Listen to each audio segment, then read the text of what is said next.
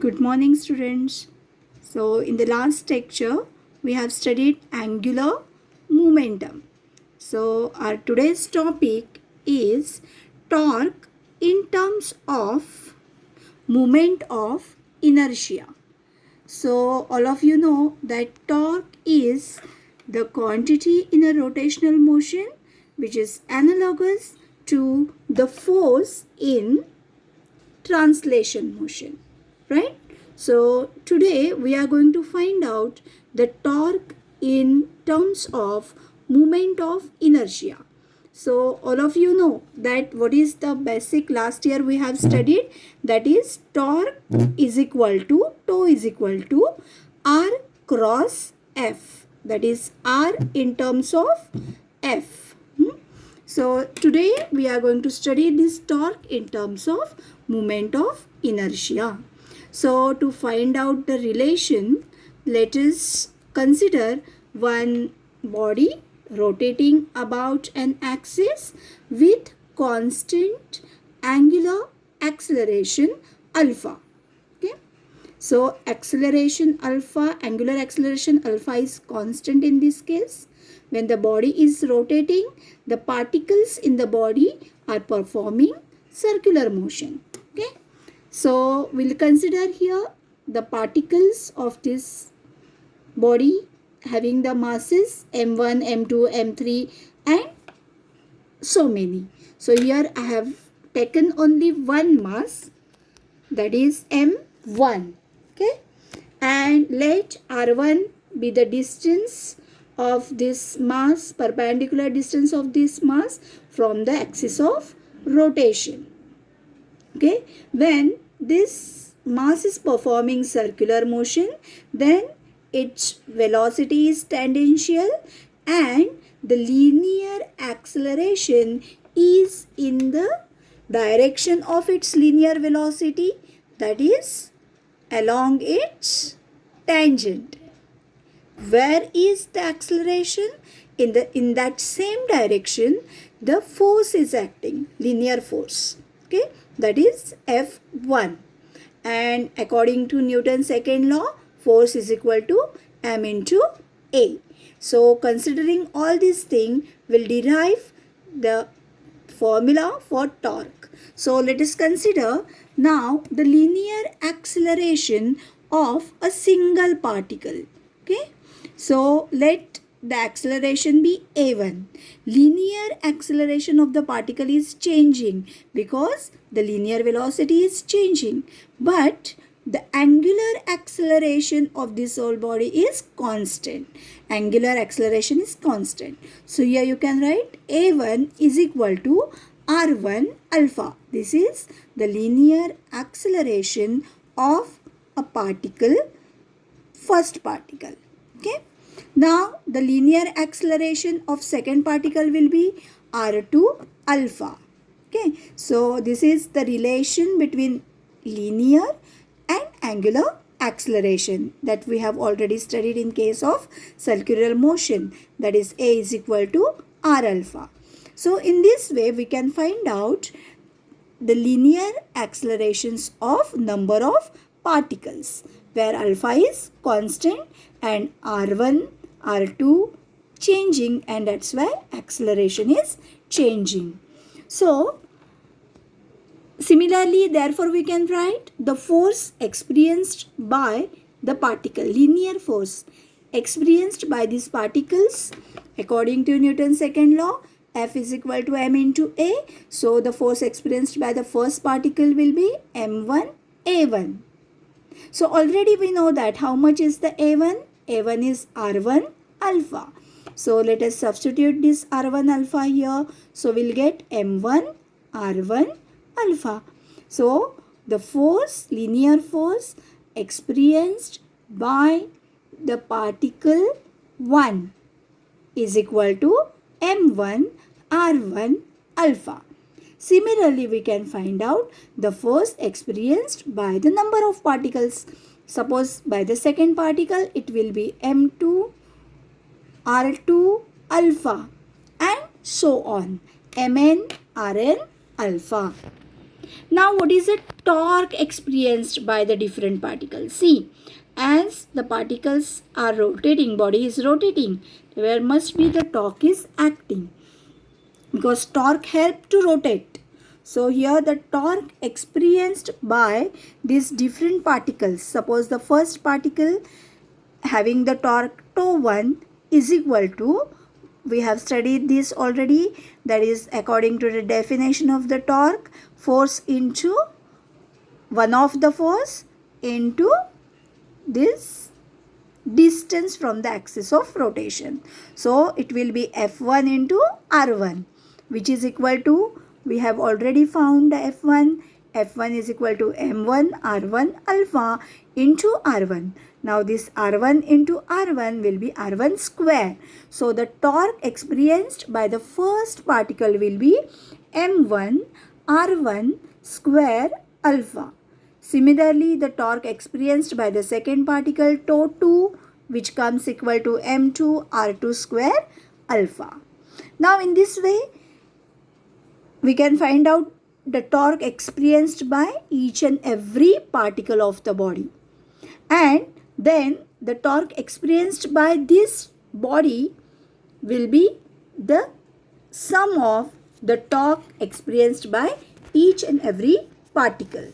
So it will be equal to tau is equal to tau 1 plus tau 2 plus dot dot dot dot tau n. And what is the tau 1? It is M1 R1 square alpha plus M2 R2 square alpha and so on. So Mn Rn square alpha.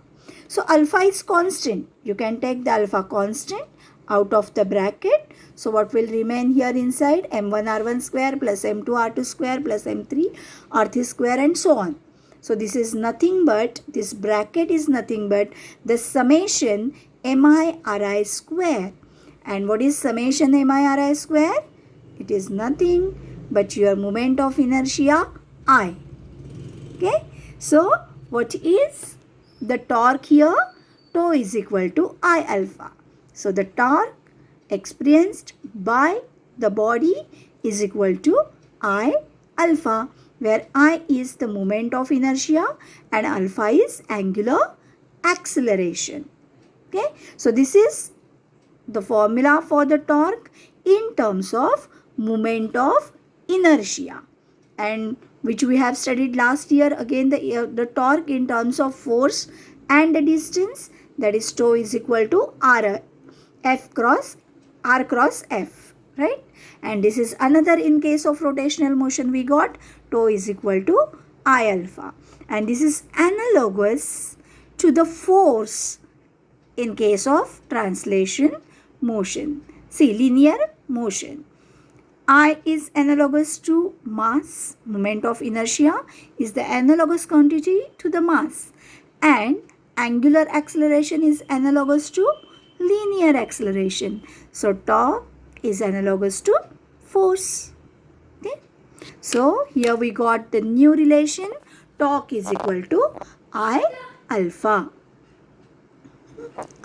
Now our next topic is the law of conservation of angular momentum. Okay, so all of you know the law of conservation of linear momentum, that is P. Last year we have studied in Newton's Newton's laws and forces that linear momentum is conserved. But when it is conserved? When external unbalanced force acting is 0. So in the absence of external unbalanced force, the total linear momentum of the system conserved, that is M1 V1 plus M2 V2 is equal to M1 U1 plus M2 U2. Do you remember this relation? Last year we have derived. Okay. Similarly, we are going to study this year, that is the law of conservation of angular momentum. So in case of rotational motion. So what is the relation between linear momentum and angular momentum? See, angular momentum is denoted by L, So L is equal to R bar cross P bar, where R bar is the distance from the axis of rotation. Okay. So let us differentiate this equation. So what we'll get after differentiating this equation? See, dl by dt, let us differentiate this with respect to time. So therefore dl by dt is equal to d by dt of r bar cross p bar. Here we are considering this as a cross, keep in mind. So by product rule of differentiation, you have to differentiate this r bar cross p bar. So what is the product rule? So according to product rule, you have to take the first as a constant, take the derivative of the second. So let us keep r as a constant, r bar cross will take the derivative of second, that is dp by dt, plus now take the derivative of first and keep the second term constant. So here it will be dr by dt cross p bar. P bar we have kept here now constant. So by using the law of derivative, we have solved this derivative, that is of the product rule, which is equal to, now dp by dt is what? It is the rate of change of momentum. Okay, rate of change of momentum. So the rate of change of momentum is nothing but the force. Okay, so we can write here r bar cross f bar plus dr by dt.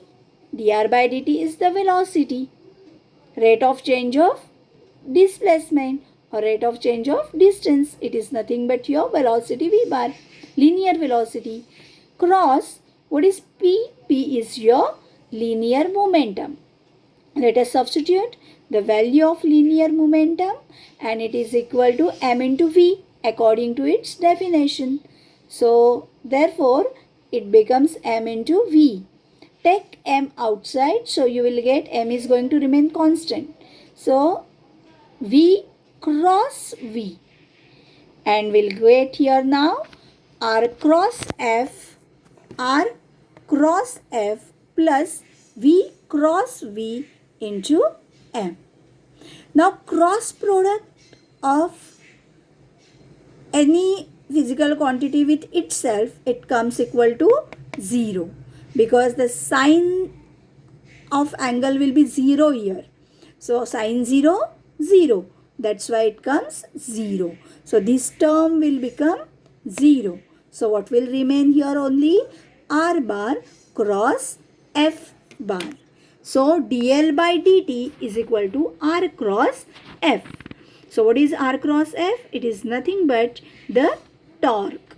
So we'll get here that the rate of change of angular momentum, dl by dt is what? The rate of change of angular momentum with respect to time, L is angular momentum, is equal to torque. Okay. Similarly, see, in case of even linear momentum, the rate of change of linear momentum with respect to time is your force. So force, torque is analogous to force, and the rate of change of angular momentum is equal to torque.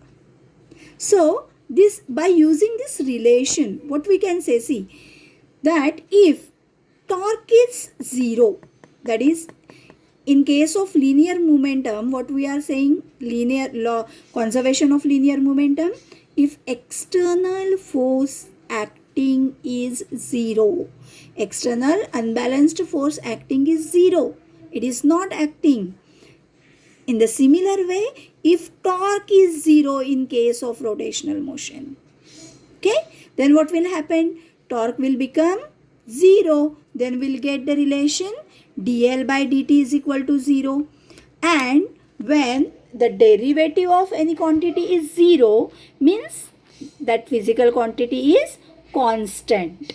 Therefore, we will write here L is equal to, that is the L is equal to constant. Angular momentum will remain constant. So, we can write the statement of conservation of angular momentum. How? If the external unbalanced torque acting is 0, then the total angular momentum of the system remains constant. Okay, so that is, in the absence of the unbalanced torque, total angular momentum of the system remains constant or conserved.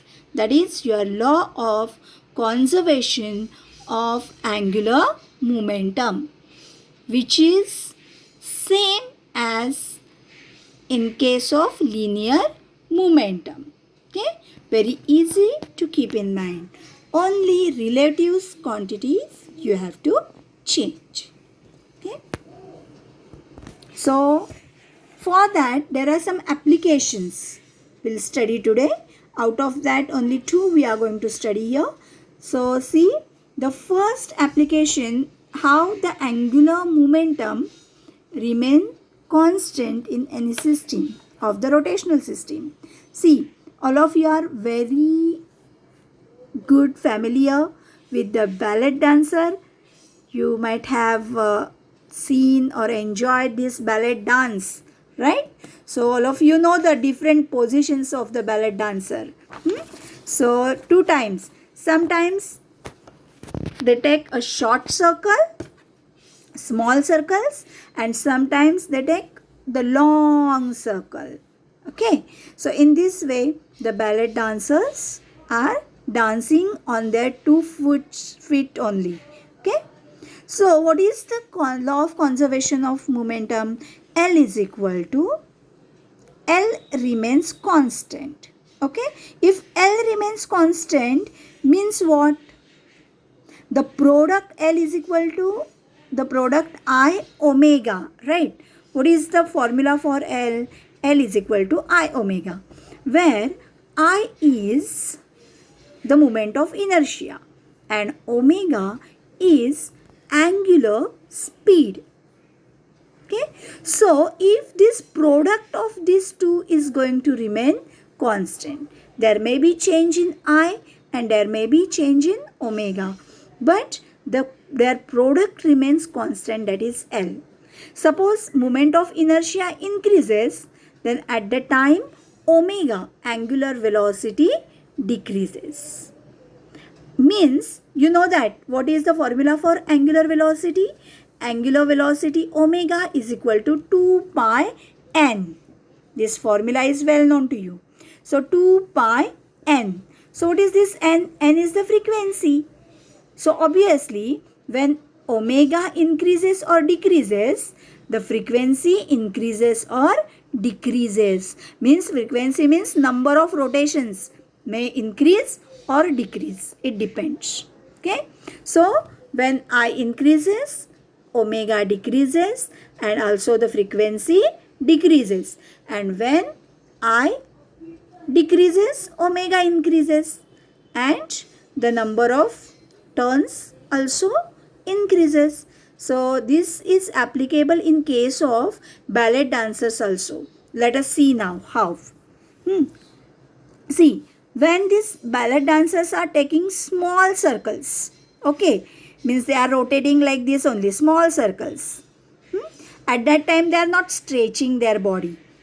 They are taking the small turns and there and fast, if you have observed. So the number of turns, rotations at that time they are taking increased.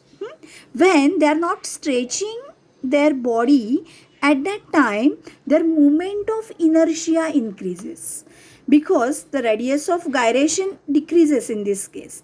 There is no stretching. So the rotation, that is the distance from the axis of rotation, is small. Radius of gyration is small, and that's why the moment of inertia of this body increases. Moment of inertia of this body decreases as the radiation of gyration also decreases.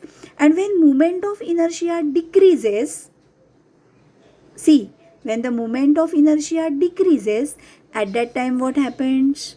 Omega increases. their speed of rotation increases, and the speed of rotation increases means number of rotations also increases. Okay, and number of rotations increased means frequency increased when they are taking a small circles. All of you got this point? See, when the moment of inertia decreases when the ballet dancer takes a small circle. Okay, omega increases means number of rotations increases. But when they take a long circle, okay, when they are taking a long circle, what they are doing? If you are observing, see, they are stretching their one hand like this, right? They are stretching their hand and one leg, and then they are taking a long turn. But at that time, there, if you will observe, the motion is slow comparative to the small circle. Okay, so as they are stretching their body, means they are increasing. What they are increasing? The distance from the axis of rotation. Radius of gyration is increased, and that's why the moment of inertia also increased in this case. Okay, if the moment of inertia is increased means omega decreases. Omega decreases, speed decreases, and n also decreases, that is the frequency of rotation decreases. So they take a long term, but completing the frequency of this rotation is comparatively less. Okay, the small circles, they can, number of circles they can pass, but here only one circle they could finished. Okay, so here when the moment of inertia increases, omega decreases. So when you want to increase or decrease the speed, you should increase the moment of inertia. And if you want to increase the frequency, you should decrease the moment of inertia. So keep in mind. So that is the case of ballet dancer. But in both the cases, the L is same. Moment of L, that is the angular momentum, is conserved in both the cases. Suppose we call this as L1 and we call this as L2. Then it comes L1 is equal to L2. Okay. So that is the law of conservation of moment. Angular momentum is applicable. So one more example is there for you. All of you are going for swimming, right? So in case of swimming, when you are diving in case of swimming, see what happens in case of swimming. So you know this diving board. So when you are on the diving board, okay, when you are on the diving board, then what you are doing? Then the swimmer stretches the body. When stretches the body, moment of inertia increases. Okay, when stretches the body, moment inertia increases. And when jump from the dive, at that time immediately when this take a jump from the diving board, immediately they fold their body, right? Their hands and legs. You might have seen this activity, attractive, folding and then diving into for the swimming. See, take a jump. So at that time they are folding their body. So when they fold their body, at that time what happens?